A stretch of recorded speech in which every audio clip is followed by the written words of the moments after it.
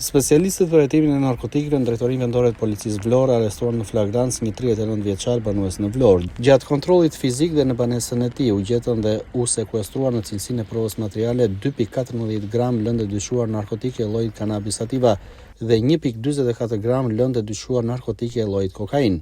Specialistët e seksionit të trafikut urban dhe interurban në komisariatin e policisë Saranda arrestuan në flagrancë një 48 vjeçar banues në Ksamil, i cili në rrugën Hasan Tasini, duke drejtuar automjetin në gjendje të dehur, ka aksidentuar një fëmijë 2 vjeç, teksa i mituri ndodhet në spitalin e Sarandës nën kujdesin e mjekëve.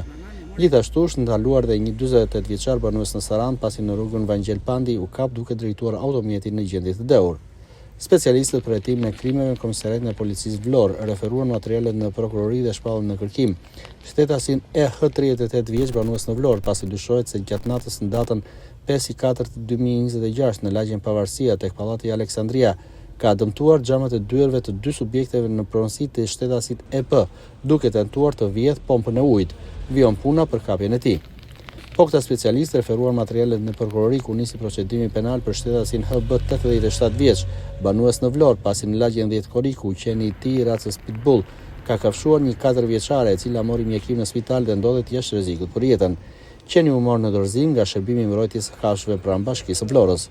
Specialistët e seksionit të trafikut urban dhe interurban në Drejtorinë Vendore të Policisë së Vlorës referuan materialet në prokurori dhe ku nisi procedimi penal për një 17 vjeçar banues në fshatin Peshkëpi, i cili në rrugën Demokracia u konstatua duke drejtuar automjetin pa leje drejtimi. Materialet i referuan prokurorive kompetente për veprimet të mëtejshme hetimore. Ndërkohë në Sarandë, sot në orët e para të mëngjesit në fshatin Berdenesh, në murin e jashtëm banues të banesës private të shtetasit SI, dyshohet se është vendosur lëndplase duke shkaktuar vetëm dëme materiale. Grupi hetimor ka mbritur në vendngjarje dhe ka kryer veprimet e para për zbardhjen dhe dokumentimin e plotë të ngjarjes.